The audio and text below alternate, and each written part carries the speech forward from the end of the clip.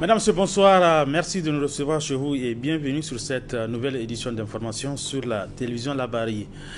Veuillez nous excuser pour ce léger retard. Nous débutons ce journal par une grosse page consacrée à la célébration ce vendredi 16 juin de la Journée mondiale de l'enfant africain.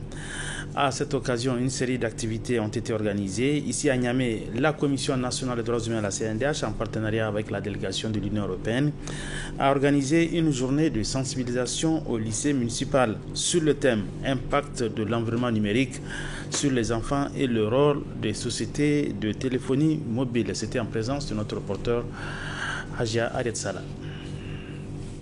Cette sensibilisation sur l'utilisation rationnelle des téléphones portables par la jeunesse organisée par la Commission nationale des droits humains à l'occasion de la journée de l'enfant africain se veut un cadre d'échange avec la responsable de la division de protection des mineurs et des femmes de la police nationale et les élèves du lycée municipal dénommé CES Abachi.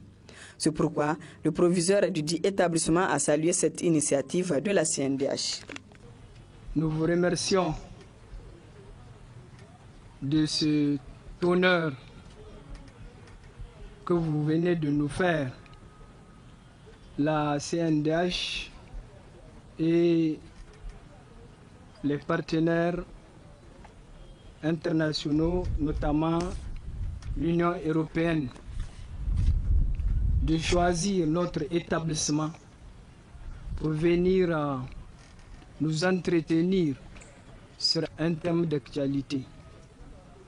L'environnement numérique face aux enfants. Et la date choisie n'est pas fortuite. Le 16 juin. Et c'est pourquoi aujourd'hui, en guise de commémoration de cette journée tragique, eh bien, le lycée municipal accueille ce grand événement pour être de concert, pour que le Niger, notre pays, soit aussi de concert avec le monde entier et particulièrement les pays africains. Le rapporteur général adjoint de la Commission nationale des droits humains a expliqué les raisons d'organiser cette journée de sensibilisation à l'attention des élèves du lycée municipal. La Commission nationale des droits humains, dont nous avons l'honneur de représenter ici, est une autorité administrative, c'est une institution de l'État consacrée par la Constitution du 25 novembre 2010 à son article 44. Donc c'est la loi 2012-44 du 12 août 2012 qui confère un certain nombre d'attributions à la Commission nationale des droits humains. Entre autres attributions, nous avons la promotion et la protection des droits des personnes âgées, des femmes, de l'enfant et le droit à l'éducation et à la communication. C'est à ce titre que nous sommes là pour célébrer l'enfant africain. Un thème a été dégagé, c'est l'impact du numérique sur les jeunes. Maintenant, le rôle des sociétés de téléphonie. Il est important quand même de dire que ce sont les sociétés de téléphonie qui font la promotion de cet outil-là. C'est tout à fait normal que quand on parle de téléphonie, quand on parle de numérique, que nous parlons également de ces sociétés de téléphonie-là. C'est un outil que nous avons entre les mains, surtout la jeunesse, parce que c'est eux qui sont nés avec, nous l'avons, cet outil nous a trouvé, donc on peut se comporter autrement. Donc la jeunesse qui est née avec, c'est elle qui a ce défi à relever. Et les générations qui sont là, vous voyez, c'est généralement vous qui nous aidez à gérer le téléphone. Nous, nous payons les téléphones, mais vous, vous gérez le téléphone. Alors, c'est un couteau à double tranchant. Voilà ce pourquoi nous allons vous aider à mieux gérer votre outil. Ce n'est pas le nôtre, c'est le vôtre. Donc, c'est à ce titre-là que nous avons convié une experte en la matière afin d'échanger avec vous. C'est un cadre d'échange. Acceptez ce cadre-là comme un cadre d'échange et non pas un lieu où vous allez recevoir vraiment des connaissances. Je souhaiterais que vous soyez beaucoup plus participatif. Ça va lui donner beaucoup plus de vitalité dans sa communication et vous allez vous conforter dans ce que vous allez faire. Parce que notre souci ou notre vœu le plus cher est que vous soyez désormais des vecteurs de changement. Que les informations que vous allez recevoir, répercutez-les dans votre entourage. chaque jeune doit être un acteur de changement. Ce que vous recevez, transmettez-le dans votre entourage. Cette initiative de la CNDH en partenariat avec la délégation de l'Union européenne, animée par Mme Hausseize Hassana, a été très bénéfique aux élèves présents à cette sensibilisation. Pendant ce temps, le président de la coalition des organisations nigériennes des droits de l'enfant, CONID, a animé une conférence débat ce matin sur le thème « Les enjeux et défis liés à l'accès et à l'utilisation des outils numériques par les enfants, rôle et responsabilité des médias dans la protection de l'enfant ». Et pour cette activité, nous retrouvons Nafissatou Yaya pour le compte rendu. Il est attendu des participants aux échanges de cette conférence débat initiée par la coalition des organisations nigériennes des droits de l'enfant CONID, leur participation en tant qu'acteurs de médias à la sensibilisation des enfants sur les enjeux et défis liés à l'accès et l'utilisation des outils numériques. Dans le cadre de l'utilisation et de l'accès des enfants au numérique, il y a quand même des avantages et des inconvénients. Et il est bon que ces avantages et inconvénients, nous les retracions à vous autres pour que dans effectivement ces défis-là, ce îlot de défis-là, vous puissiez également à votre tour voir quelle est la partition que vous pouvez jouer en termes de rôle, en termes de responsabilité. Et je me réjouis en tout cas de la présence massive des médias que vous êtes.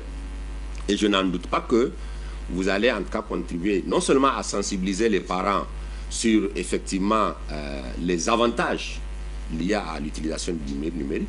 J'ai rappelé tantôt que aujourd'hui, quand on sait bien utiliser son portable, c'est un laboratoire.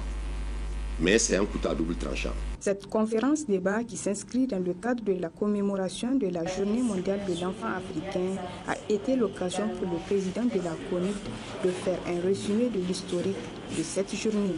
Cette journée a pris naissance suite aux événements tragiques de Soweto du 16 juin 1976. C'était l'époque de l'apartheid où, en tout cas, des jeunes de couleur avaient décidé de revendiquer plus de droits, notamment par l'amélioration de la qualité de l'éducation qui leur est enseignée. Je rappelle ici que sous l'ère de l'apartheid, les enfants blancs avaient plus le privilège d'avoir une éducation de qualité, contrairement aux enfants de couleur dont la qualité était en tout cas jugée piètre. Et c'est cet état de fait qui a conduit effectivement de manière pacifique les étudiants et élèves à braver le pavé le 16 juin 1976 pour dire non à cette discrimination et plus de conditions de qualité liées à l'éducation. Plusieurs panels en lien avec le thème retenu pour cette année ont été animés au cours de ces échanges. Commémoration de la Journée mondiale de l'enfant africain, l'ONG ADES, en collaboration avec UNHCR et la Direction régionale de la protection de l'enfant de Niamey, ont organisé cet après-midi une journée récréative à l'attention des enfants réfugiés. Une activité résumée ici par Adam Ousmane. Pour un cadre convivial, c'en est un que l'organisation non gouvernementale Agence de développement économique et social ADES Niger et ses partenaires ont choisi à travers le parc de l'amitié nigéro-turque pour commémorer la journée dédiée à l'enfant africain. Une édition qui porte sur le droit des enfants dans un environnement numérique à la grande satisfaction de la Direction régionale de la protection de l'enfant de Niamey. La JA a pour but la commémoration de ces enfants, de leur bravoure dans la défense de leurs droits. La journée de l'enfant africain célèbre donc appeler aussi une introspection sérieuse à un engagement en vue de relever les nombreux défis auxquels sont confrontés les enfants du continent. La célébration devrait être considérée par les États membres comme une étape vers la réalisation des droits de l'enfant du niveau familial, communautaire, au niveau national et international. Quant aux initiateurs de ces rendez-vous des enfants, ils n'ont pas manqué de souligner la pertinence d'une telle commémoration. Au Niger, avec le projet InZone, la HCR renforce la capacité des jeunes réfugiés à travers l'éducation à distance en langue anglaise et française. Par ailleurs, d'autres personnes relevant du mandat du HCR évacuées de la Libye sont outillées sur l'apprentissage en informatique, pour ne citer que cela. Je voudrais terminer en faisant le plaidoyer auprès des décideurs sur la nécessité d'agir concrètement sur les droits des enfants, et leur protection en ligne à travers l'application et le respect des cadres politiques nationaux et internationaux, et de fournir des conseils interprétatifs et pratiques pour garantir le respect des droits de l'enfant en ligne. Comme vous l'avez remarqué ici, nous avons des enfants réfugiés, des élèves, donc il est de notre devoir de les accompagner parce que ça fait partie vraiment de ce que nous sommes en train de faire avec le HCR. À l'issue de cette commémoration, nous voulons, nous espérons voir, comme tout à l'heure je l'ai d'ailleurs remarqué, les enfants égayés, contents, et que ces enfants-là puissent, notamment les enfants réfugiés, puissent vraiment un peu se détendre et oublier, ne serait-ce qu'un petit temps de loisir pour oublier ce qu'ils ont quand même vécu antérieurement. Pour joindre l'utile à l'agréable, les enfants ont eu droit à des séances de réjouissance et une façon de rendre mémorable cette journée à eux dédiée. Le Niger, notre pays, célèbre aujourd'hui 16 juin la journée nationale des ONG. À cette occasion, le ministre de l'Aménagement du Territoire et du Développement communautaire, Mohamed Ibrahim Maman, a adressé un message. Je propose de le suivre. Les chiffres récemment publiés par mon département ministériel dont le rôle est, entre autres, la promotion, la coordination, le suivi et évaluation et le contrôle des interventions des ONG et associations de développement. Ces chiffres, dis-je, sont assez éloquents en termes de contribution de ce secteur à l'investissement public, aux recettes fiscales et à l'emploi. Ces résultats font de ce secteur un puissant outil d'appui au développement à la base et de réponse aux crises auxquelles malheureusement notre pays est de plus en plus confronté. C'est donc pour préserver et renforcer un tel instrument que la première édition de cette journée a été placée sous le thème de l'amélioration de la performance du secteur des ONG et associations de développement au Niger.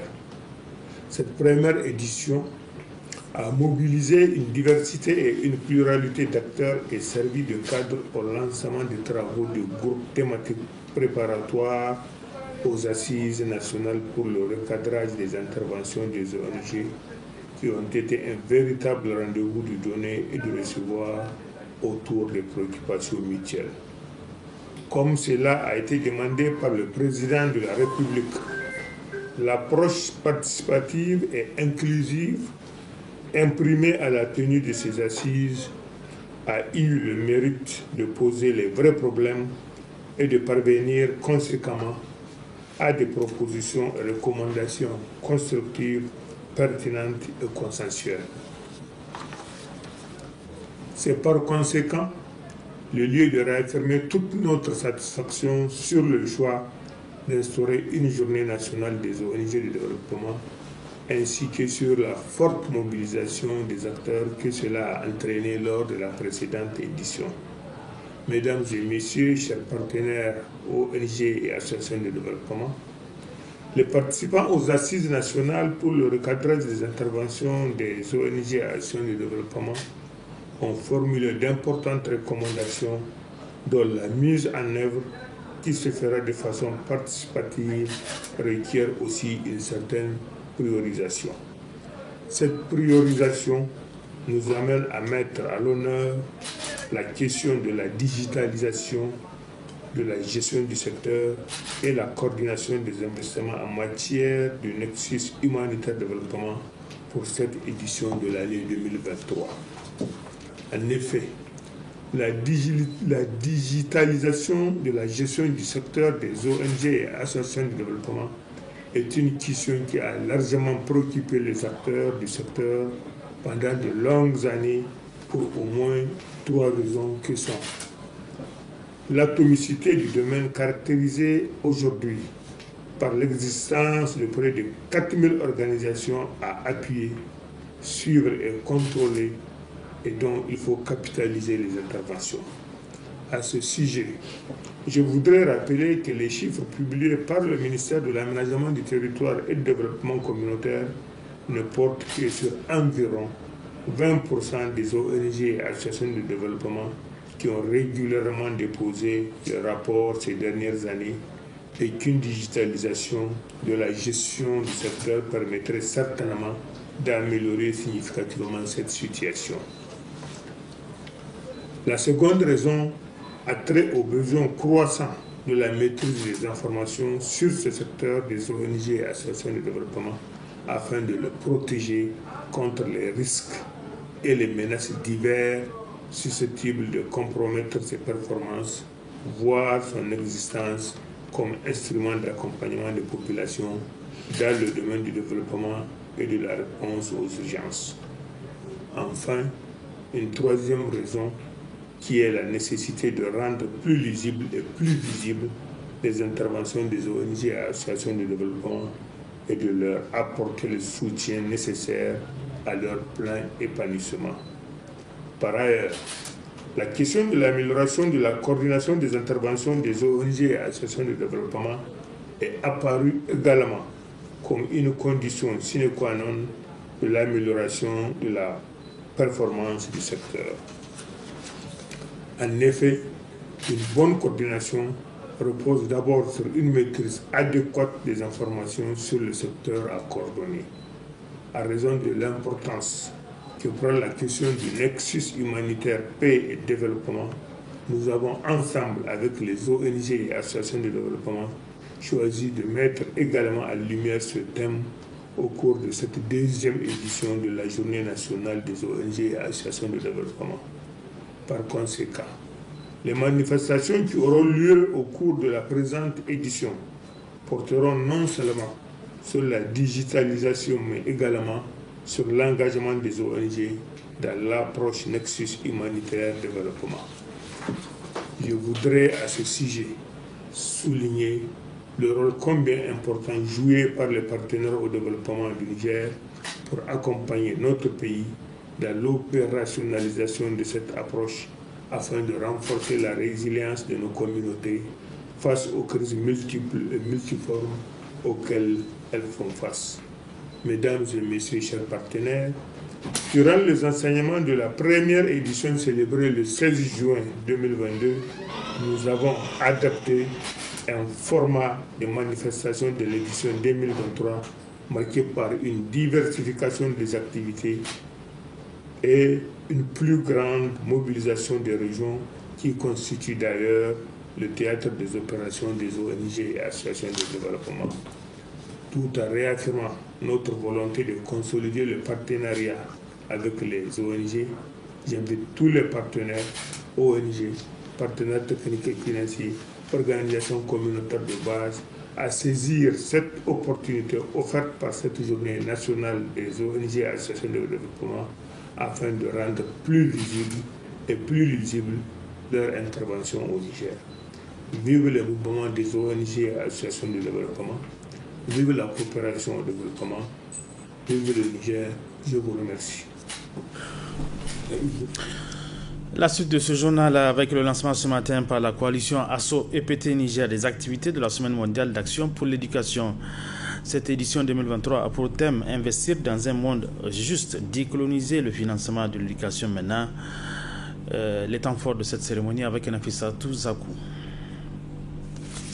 Cette conférence publique organisée par la coalition ASSO EPT Niger rentre dans le cadre de la commémoration de la Semaine mondiale d'action pour l'éducation édition 2023. Cet événement est l'un des plus importants pour le mouvement de la société civile de l'éducation et vise à mobiliser une action commune sur des sujets spécifiques qui affectent le droit à l'éducation et à sensibiliser tous les acteurs impliqués dans sa défense et sa réalisation.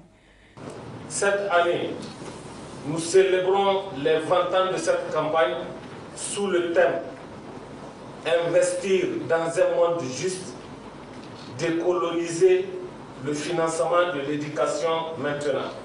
Le choix de ce thème est l'occasion de rappeler aux décideurs l'urgente nécessité d'augmenter les financements alloués à l'éducation, en veillant à ce qu'ils soient orientés vers les populations les plus à risque d'exclusion et en assurant leur transparence. Il est évident que l'éducation souffre d'un sous-financement chronique et que d'innombrables pays peinent à allouer le budget nécessaire à leur système éducatif ou à accorder à l'éducation la priorité financière que le secteur exige.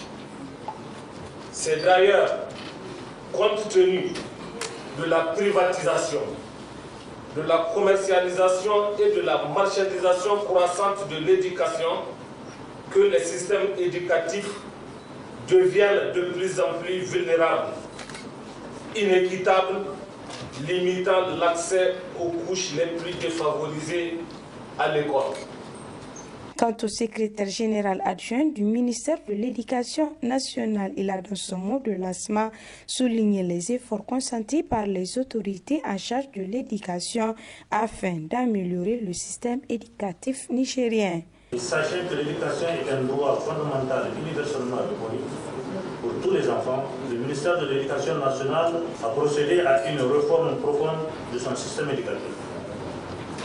Les efforts sur la scolarisation de la jeune fille, internat des filles, décret portant protection, maintien et soutien de la jeune fille en dehors de scolarisation, engagement du président de la République à injecter 22% du budget national d'éducation, adopter de nouvelles politiques éducatives, la réforme curriculaire, des mesures d'urgence en lien avec les contextes d'insécurité, l'amélioration de la qualité d'enseignement, etc. À noter qu'en dehors de cette conférence publique qui marque ainsi le lancement des activités de cette semaine mondiale d'action pour l'éducation, plusieurs autres activités phares sur le thème sont prévues dans les autres régions du pays. Signature de convention de partenariat entre la société de transfert Amana et la société d'exploitation des eaux du Niger, SIN. Ce partenariat vise à permettre aux clients de la SIN de payer leurs factures d'eau via l'application Amana. Nous retrouvons Ismaël Mouni pour d'autres précisions. Payer les factures d'eau dans les agences Amana Transfert ou via l'application Amanata, c'est désormais possible grâce à ce partenariat entre ces deux géants. À travers ce partenariat, la société d'exploitation des eaux du Niger, SIN, vient ainsi de développer un service clientèle moderne et innovant afin de garantir la proximité avec sa clientèle. Il en résulte que la performance de l'entreprise et au-delà, sa survie reste tributaire de sa capacité à s'adapter à l'évolution de l'environnement. C'est-à-dire qu'il faille bien que l'entreprise cultive flexibilité et souplesse dans sa démarche. La SIN doit pouvoir développer des services clientèle modernes et innovants pour garantir sa proximité avec sa clientèle. Le partenariat avec Amana que nous lançons aujourd'hui cadre bien avec cette volonté de la SIN. Désormais, nos clients peuvent payer leurs factures au niveau des guichets Amana, ainsi qu'à travers ce partenariat, nous offrons aux clients de la SIN la facilité de payer sa facture d'eau à temps, à tout moment et partout sur le territoire nigérien. Si l'accès à l'eau est un droit, le paiement à terme échu de sa facture reste un devoir. C'est pourquoi je réaffirme ici, au nom du directeur général, la volonté de la SIN à poursuivre ses efforts pour rendre l'eau toujours disponible, mais aussi améliorer ses services afin d'optimiser la satisfaction de sa clientèle. La société Amana Transfert facilite au quotidien les transactions financières à la population. Ainsi, ce partenariat avec la SIN est en adéquation parfaite avec sa mission. Depuis sa création, Amana Transfert d'argent et finances s'est donné comme mission de faciliter à la population les transactions financières au quotidien, en lui offrant simplicité, rapidité et sécurité. Notre partenariat avec la SIN vient compléter cette mission. Ce partenariat stratégique Amana Transfert d'argent, finances et la SIN a pour objectif de faciliter le paiement des factures d'eau pour les consommateurs. Désormais, vous pourrez facilement payer vos factures d'eau dans toutes les agences de Amana Transfert d'argent et via l'application Amanata. Au même moment, vous pouvez consulter votre facture directement à partir de l'application Amanata. Vous pouvez régler votre facture 7 jours sur 7 et 24 heures sur 24 Et vous allez aussi bénéficier de nos frais de transaction avantageux. De 1 à 5 000 francs, Amana Transfert prélève à 50 francs. De 5 001 à 30 000, Amana prélève 100 francs. Et de 30 001 à plus, Amana Transfert prélève 200 francs, plus les frais de timbre. L'actualité en région, le ministre de l'Enseignement supérieur et de la Recherche, Mamoudou Djibo PhD, a entamé une mission de travail à Zander ce vendredi 16 juin. Ainsi, le ministre va effectuer des visites terrain sur le site de l'université André Salifou, notamment les infrastructures. Outre les visites, le ministre Mamoudou Djibo va rencontrer les responsables de l'université André Salifou de Zander, le personnel et les syndicats. Objectif, faire l'association générale de l'université de Zander. Le ministre Mamoudou Djibo PhD explique le motif de son déplacement. On l'écoute. Pour que chacun nous décline, département par département, filière par filière, semestre par semestre, les niveaux d'exécution. Pour que nous puissions boucler définitivement l'année le 31 juillet 2021. Puisque si nous n'arrivons pas à boucler l'année, nous courons un risque. C'est que les centres régionaux des universités doivent continuer à fonctionner. Ils doivent continuer à nourrir les étudiants. Or, cela n'a pas été budgété, cela n'a pas été prévu. Et ça va réduire le temps de vacances, le temps de repos aussi bien pour les enseignants que pour les étudiants. Donc l'objet premier de cette mission est d'évaluer. Nous avons voulu coupler cette évaluation pour l'université d'Ottawa avec le lancement de l'atelier de préparation au concours d'agrégation en sciences juridiques et en sciences de gestion, sciences économiques et de gestion. Nous avons voulu pour Zander coupler avec le baptême de l'université André Salifou. Nous avons donné, le président de la République a donné à l'université le nom d'un fils de la région, André Salifou, que tout le monde connaît. Donc nous avons voulu coupler l'évaluation à la cérémonie du baptême. Et pour cela, nous avons prévu, avec la direction générale de l'office du baccalauréat, pour venir lancer le bac à Zander. Malheureusement, le rectorat n'est pas prêt parce que les infrastructures qui doivent accueillir la cérémonie de baptême ne sont pas totalement prêts. Oui. Mais en attendant, au moins, nous avons maintenu notre mission pour faire l'évaluation de l'année académique et lancer le bac à Zander. Ce jour, 16 juin 2023, 4 structures dont la plateforme paysanne du Niger ont procédé à la remise des kits d'irrigation aux agriculteurs de la région de Dosso. C'était à Margoubéné, département de Boboy, région de Dosso, où en plus du ministre de l'Agriculture, plusieurs officiels relevant de la région et des représentants des organisations partenaires de l'initiative ont rehaussé de leur présence à cette cérémonie. Le compte rendu avec nos envoyés spéciaux Ali Doubourema et Bouakar Ibrahim. C'est la maison du paysan Ondeba Botourou qui a servi de cadre pour la cérémonie. Renforcer la productivité, améliorer les conditions du producteur, c'est l'objectif affiché à travers la conception de ces kits d'irrigation solaire qui peuvent aussi être déplacés. L'initiative est donc le fruit de conjugaison d'efforts de 4 structures de la plateforme paysanne du Niger PFPN, les fonds d'investissement pour la sécurité alimentaire et nutritionnelle FISAN, la Banque agricole du Niger Bagri et le Centre africain d'agrobusiness CAAB. Après donc le mot du gouverneur de la région de Dosso, c'est le directeur général du Fonds d'investissement pour la sécurité alimentaire et nutritionnelle qui a intervenu au nom de 4 structures. Mohamed Assadek a pour l'essentiel retracé les conditions dans lesquelles l'initiative a vu le jour. Cette initiative est née d'une concertation qui fait suite elle-même à la semaine paysanne qui s'est déroulée ici même à Bruni il y a 2 ans, et au cours de laquelle des orientations ont été données par les plus hautes autorités, en l'occurrence le président de la République, M. Mohamed Bazoum. Sur la base de ces orientations et également du plan d'action de l'initiative 3M, nous avons engagé cette initiative de pouvoir fournir un kit d'irrigation qui est adapté pour nos populations. Un kit d'irrigation qui utilise l'énergie solaire en lieu et place de l'énergie à travers donc le carburant. Donc un kit d'irrigation qui est mobile et qui peut être déplacé, qui peut être utilisé au niveau de plusieurs sites d'irrigation, mais qui peut être également utilisé à la maison pour certains usages.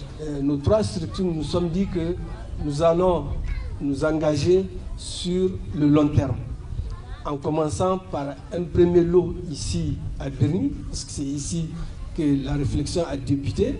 Donc un premier lot de 5 kits que nous allons distribuer.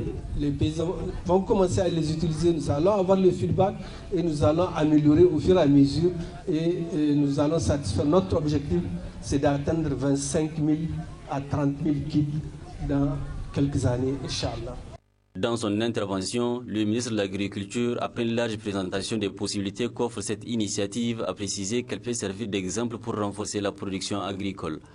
La rencontre qui nous réunit ce matin vise à mettre à la disposition de 100 bénéficiaires des kits d'irrigation mobile, leur permettant d'augmenter de façon notable les productions agro-silvopastorales et halieutiques et par conséquent d'accroître leurs revenus tout en s'adaptant au changement climatique par l'utilisation de l'énergie solaire pour l'exor de l'eau agricole. En outre, cette action permettra de s'approprier le mécanisme de financement à coût partagé et de promouvoir la bancarisation du milieu rural qui facilitera à terme le crédit agricole. Ce partenariat entre le FISAN, la Bagri et la plateforme doit servir de modèle de coopération multi-acteurs entre les organisations paysannes et les institutions de financement de l'État du Niger. Après l'étape des allocutions et celle des remises des kits à quelques producteurs, les officiels ont effectué une visite sur un site maraîcher où les kits sont dans la phase d'expérimentation. À noter enfin que pour une bonne utilisation, c'est le Fonds d'investissement pour la sécurité alimentaire et nutritionnelle FISAN qui accompagnera les producteurs à travers des formations et ce pendant une année. Après Dosso Cap sur Zender avec cette cérémonie de lancement des journées portes ouvertes sur les pratiques, résultats et perspectives de durabilité des projets et programmes sur financement de l'USAID. Hamza Sakou pour plus de précisions. Plaider en faveur de l'expansion et de la mise à l'échelle basée sur les évidences d'intervention reçues, de modèles et des bonnes pratiques des projets et programmes financés par l'Agence des États-Unis pour le développement USAID, tels que Girma Wadata et Terre Ovi, sur la résilience des communautés. Tels sont entre autres objectifs assignés à cette rencontre. Il s'agit des journées portes ouvertes qui mettront en exergue les meilleures pratiques de résilience au public et autres institutions de l'État. C'est avec une immense joie que je prends la parole à l'occasion de l'organisation des journées portes ouvertes sur les bonnes pratiques de résilience organisées par l'USAID en collaboration avec le Haut-Commissariat à l'initiative troisième des Nigériens touristes des Nigériens. Faut-il le rappeler, le projet USAID Sahel Collaboration Communication SCC en étroite collaboration avec le Haut-Commissariat à l'initiative troisième dans notre région pour plaider en faveur de la mise à l'échelle de ces pratiques basées sur des évidences. Cela permettra sans nul doute aux institutions gouvernementales, aux universités, aux associations locales, aux directions techniques régionales, aux ONG et aux bailleurs de fonds de s'imprégner des modèles de bonnes pratiques de résilience des partenaires de mise en œuvre des projets financés par l'Agence des États-Unis pour le développement international USAID ainsi que les effets et impacts sur leurs interventions. Je ne finirai pas mes propos sans exprimer mes vifs remerciements et ma profonde gratitude à l'Agence des États-Unis pour le développement international, l'USAID, pour son appui multiforme à l'État du Niger et l'USAID Sahel, collaboration, communication et le Haut-Commissariat à l'initiative troisième pour leur étroite collaboration. En saluant l'initiative, le deuxième vice-président du conseil régional de Zender a aussi appelé à plus de changement de mentalité pour plus de résilience des communautés. L'école prépare à la vie et non à un métier. Quand on va à l'école, c'est pour avoir à la tête c'est pour avoir un esprit créateur. Tu ne peux pas aller à l'école et maintenant devenir un ignorant. Tu ne peux pas aller à l'école te mettre à l'ombre. Tu ne peux pas avoir la connaissance et vous allez vivre avec des gens qui n'ont jamais été à l'école. Non, l'école doit nous changer, l'école doit nous apprendre, l'école doit nous aider. La connaissance doit nous permettre d'avoir des esprits créateurs. Je vous interpelle, les jeunes Nigériens. Aujourd'hui, nous sommes dans un moment où on peut développer ce pays parce qu'il nous faut un changement de mentalité. Les jeunes, changez vos mentalités. Les jeunes, venez travailler. Le témoignage des chefs traditionnels sur les acquis des projets de l'USAID ainsi que des pratiques de leur pérennisation à travers la présentation d'un sketch ont hautement rehaussé l'éclat de cette cérémonie. Clôturons ce journal avec cette cérémonie de présentation au drapeau de la 55e promotion des élèves ce matin à la Gendarmerie nationale de Kouartegui. Une cérémonie présidée par le ministre de la Défense nationale, Kassim Ndatou, qui a présidé cette cérémonie donc de sortie d'élèves gendarmes. Une promotion baptisée Feu Capitaine Suleiman Alaj Iliassou. Le compte rendu de Ismaël Oumouni. Ils sont au total 1903, dont 18 filles élèves gendarmes à se présenter devant le drapeau national. Cette 55e promotion d'élèves gendarmes est baptisée promotion Capitaine Suleiman El Hadj Iliassou. Le défunt est tombé sur le champ d'honneur à Tira le 31 juillet 2021 dans le cadre de l'opération Saki 2. Ces élèves gendarmes ont subi une formation d'un an. Cette formation a duré 12 mois et s'est déroulée en 2 phases. La première, essentiellement militaire, a consisté à prodiguer des connaissances tactiques et techniques aux élèves gendarmes en vue de leur efficacité au combat. La seconde, spécifique à la gendarmerie nationale, a consisté à l'acquisition de connaissances en droit, en police judiciaire, police administrative, police militaire, en maintien de l'ordre, etc. Le haut commandant de la gendarmerie nationale n'a pas manqué de saluer l'encadrement pour la formation de qualité. Je voudrais saisir cette occasion pour féliciter chaleureusement l'encadrement militaire et l'encadrement civil pour leur engagement et leur professionnalisme qui ont permis de former efficacement cette promotion malgré son effectif élevé. Leur dévouement et leur savoir-faire ont été essentiels pour inculquer aux élèves gendarmes les compétences nécessaires à l'exercice de leur métier. Quant au ministre de la Défense, il a prodigué des conseils à l'endroit de ses élèves gendarmes. Vous avez pris l'engagement de défendre la patrie, y compris sur sacrifice ultime. Et cela est nécessaire. Vous allez bientôt être déployés dans vos premières unités. Je vous demande d'être disciplinés et d'avoir une confiance totale en vos chefs et en votre formation, quelles que soient les circonstances. Et les compétences acquises tout au long de votre parcours à l'école de gendarmerie sont précieuses et vous permettront d'exercer votre métier avec professionnalisme et efficacité. Soyez endurants face aux difficultés du terrain, résilients face aux contraintes, courageux face aux dangers irréprochables dans l'accomplissement de votre devoir. L'assistance a été tenue en haleine à travers des démonstrations. Pour rappel, le premier de cette promotion se nomme Maniru Maman Allo. Point final de cette édition d'information. Mesdames, Messieurs, merci à vous de l'avoir suivi. Bon week-end à tous, bonsoir.